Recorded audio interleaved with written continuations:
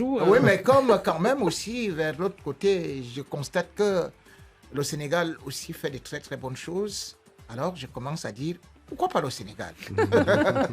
On va en parler dans cette émission. Et puis, Frédéric Suto est là et il vous écoute, il vous lit, il vous suit. Bonjour Frédéric. Bonjour Annie, bonjour tout le monde. Les Sénégalais ont un temps d'avance, hein, c'est parti là. Ibrahima, Jim Diem, vive le Sénégal, Sénégal Rec pour Babacar Dieye, du drapeau sénégalais partout sur le Facebook Live, YouTube également, hein, vous pouvez nous suivre en direct. Exactement, vous pouvez vous en souvenir, 3 dimensions, la dimension radio avec les ondes radiophoniques, il y a aussi celle d'Internet avec la chaîne YouTube ou Facebook Live, et puis il y a France 24, bien sûr, une chaîne de télévision. Alors aujourd'hui, dans les débats du jour, nous parlerons évidemment de cette fosse aux lions où il y aura des lions prêts à rugir et surtout à l'emporter, à disputer une finale rêvée, finale attendue depuis le coup d'envoi entre ces lions de la Teranga du Sénégal et ces lions de l'Atlas du Maroc. Est-ce un avantage pour les Marocains de jouer à domicile quand on attend cette coupe depuis 50 ans?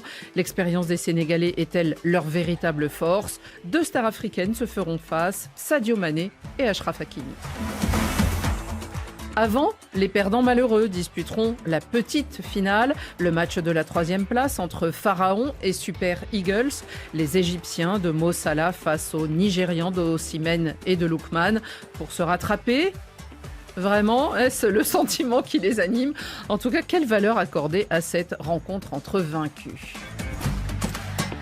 Avant de voir se refermer cette 35e édition, nous reviendrons sur ces 4 semaines de compétition avec vos coups de cœur et vos coups de griffe. Messieurs, vous aurez le droit de frapper un coup.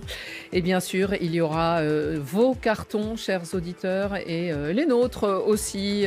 Ça sera la fin de cette émission.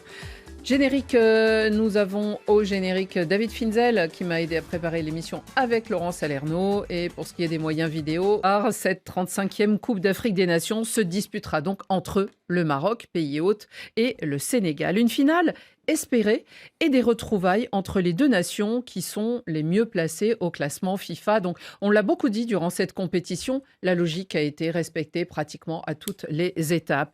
Une finale espérée, pronostiqué, voire Euro, mais en plus une finale inédite, parce que c'est la première fois, alors on a beaucoup cherché, parce qu'on avait du mal à croire, que ce soit en finale, on en était sûr, mais c'est la première fois que ces 2 équipes vont se rencontrer dans une phase finale de Coupe d'Afrique des Nations. On se rencontre souvent en match amical ou en match lors des éliminatoires de la Coupe du Monde ou des éliminatoires de la Coupe d'Afrique, mais c'est la première fois en phase finale qu'on va rencontrer le Maroc. Peut-être aussi c'est dû au calendrier parce que souvent le Maroc depuis 2004 n'est pas souvent bien placé, n'arrive pas en demi, n'arrive pas en quart, c'est normal. Alors que nous, ces dernières années, on est très présents dans les derniers carrés, soit en finale, soit en demi. Aujourd'hui, pour moi, ce sont les 2 meilleures nations du ranking FIFA qui se rencontrent et j'espère que ce serait une belle finale pour mieux encore vendre le football africain. Oui, une belle finale, ça veut dire, Rémi, une finale qui ne se termine pas au tir au but? Les tirs au but font partie du jeu. Non, bien sûr. Je souhaiterais C'est la même règle. qu'il y ait 4 prolongations. Parce que tellement cette compétition, elle a été belle, de telle sorte qu'on voudrait encore prolonger des émotions. Non mais si on a Et- des tirs au but et qu'il y a eu 2 partout ou 3 partout, 4 partout, il n'y a Hein pas de souci. C'est On pas- peut même nous inviter pour c'est que... pas parce de que 0-0 de Maroc, Oui, voilà. Nigeria. quoi. C'était plutôt à Hein ça que je faisais allusion. Oui. Ce match qui était très, très long et sans but. ça peut aller aux prolongations. Pourquoi? Parce que il faut se dire que les 2 équipes ont presque la même organisation tactique. Lorsque vous essayez de regarder, c'est-à-dire que sur le plan défensif, elles n'encaissent presque pas parce que le Elles ont Sénégal 2 aujourd'hui, super défenses, c'est effectivement. c'est 2 buts seulement encaissés par le Sénégal. Bon, peut-être au niveau de l'attaque, Un le seul Sénégal... par le Maroc. Oui, un seul par le Maroc. Mais au niveau de l'attaque, le Sénégal est au-dessus parce que le Sénégal, c'est avec 12 réalisations, alors que le Maroc est à 7.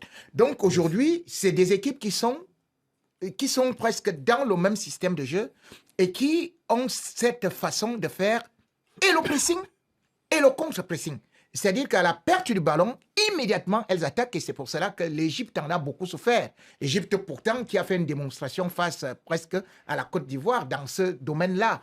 Mais lorsque vous regardez aussi le Sénégal jouer de la même façon, vous regardez le dernier match, vous vous dites quand même que c'est presque la même chose, c'est-à-dire que c'est des équipes qui sont sur le plan athlétique aussi très en point, et c'est là où ça risque de se jouer. Xavier, comment vous la voyez, cette confrontation? C'est les 2 meilleures équipes africaines au classement mondial. Donc, c'est la finale attendue, on l'a dit. Et je pense que ça risque d'être très tactique. Parce que même si Rémi, et je suis d'accord avec lui, explique que les 2 équipes jouent un peu le même jeu, 4-3-3. les entraîneurs vont essayer quelque chose, forcément, pour forcer la décision. Mais compte tenu de la qualité des individualités, des habitudes, de rodage, même si côté Sénégal, il n'y aura pas Kalidou Koulibaly, puisqu'il est suspendu, blessé et suspendu, on sait que ce sont des grands joueurs qui sont capables en permanence de s'adapter. Et puis, il y a toujours, d'un côté comme de l'autre, des joueurs capables d'improviser, d'inventer. Sadio Mané, côté sénégalais, mais aussi Iliman Ndiaye, Brahim Diaz ou El Kaabi, côté marocain. Donc, ça va être une finale extrêmement excitante. J'espère surtout qu'elle va nous offrir des buts. Vous l'avez dit, qu'on n'aura pas un 0-0, qu'on aura même peut-être une finale un peu débridée. Parce que les 0-0 tirs au but, non, Ouais. En c'est tout pas cas, drôle. au Sénégal, on ne va pas fermer le jeu. Ce n'est pas dans l'ADN de Pape Thiaw. Il adore avoir le ballon, il adore jouer. On va essayer de jouer, ça c'est sûr. C'est ce que vous avez fait contre l'Égypte, On d'ailleurs. l'a fait contre l'Égypte, on l'a fait depuis le début du tournant. On ne va pas rester à 11 derrière, on va jouer, on va attaquer.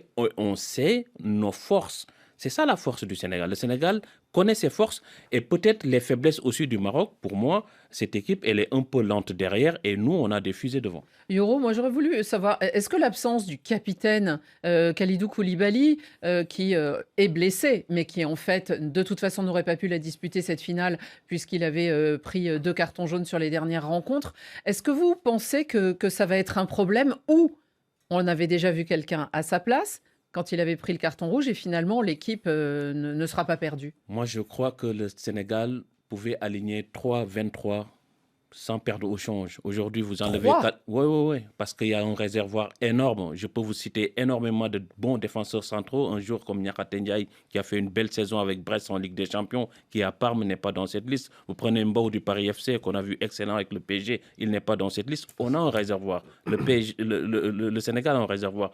Mamadou Sarr, pour moi aujourd'hui, quand on met Mamadou, on ne va pas perdre au change. Kalidou est notre capitaine et notre leader moral. Qu'il soit sur le terrain ou sur le banc ou dans les tribunes, c'est clair qu'il va galvaniser. Il sera dans le vestiaire peut-être, il va apporter son discours.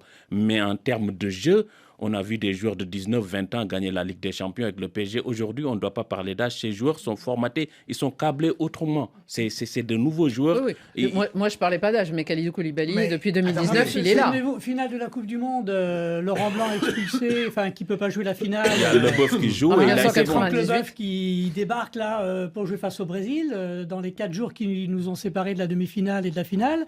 La seule question qui revenait en boucle, c'était est-ce que avec Franck Leboeuf en défense à la place de Laurent Blanc, les Français vont tenir la route? Bon, ils l'ont gagné 3-0 et il a fait une superbe finale. Il s'est mis au diapason. Et Moi- Mamadou Sarr fait moi- partie de l'équipe type de la Ligue 1 cette saison. C'est un super joueur. Et Leboeuf a joué à Strasbourg aussi, je crois. différence Hein. entre Leboeuf en France 98 et Mamadou Sarr aujourd'hui, c'est l'âge.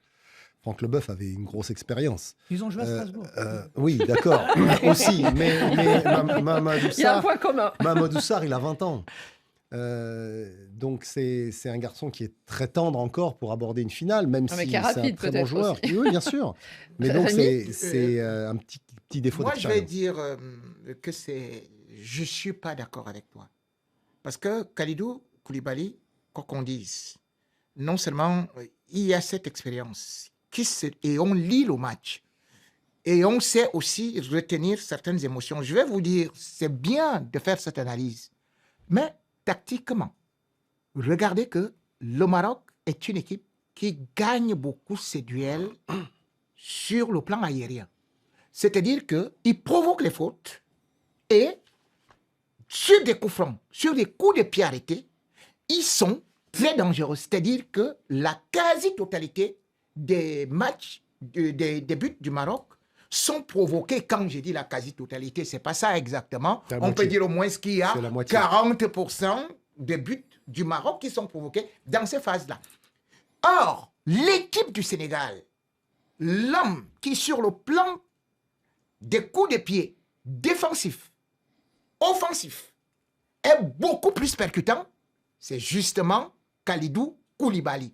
Et c'est là où j'ai dit que non, tu fais une erreur parce que c'est pas la même chose au niveau du change. Parce que sur le plan athlétique, bien évidemment, quand tu vois comment est-ce que El Kaabi se projette, quand tu vois les défenseurs centraux que tu trouves qui sont peut-être lents, mais qui savent se projeter, qui créent la diversion, qui créent un cafouillage. Alors, à partir de là, il faut non seulement de la présence athlétique, mais surtout aussi savoir lire le jeu. Et d'ailleurs, il y a un proverbe africain qui dit que pour manger avec les girafes, il faut avoir un long cou. Yoro, Mais non, vous n'avez pas dit qu'il allait faire le même jeu, vous avez juste dit qu'il serait à la hauteur de l'enjeu. En fait, déjà, sur le jump, il a un très bon jeu de tête, Mamadou Sarr. Et il fait presque 1m90, il est très grand, il est très bon de la tête, il est très rapide, très technique. Il joue des deux pieds comme Kalidou Koulibaly. Après, oui, Kalidou est beaucoup plus expérimenté, ça on le sait. Il a joué quand même une finale de CAN, celle de 2019, il était encore suspendu.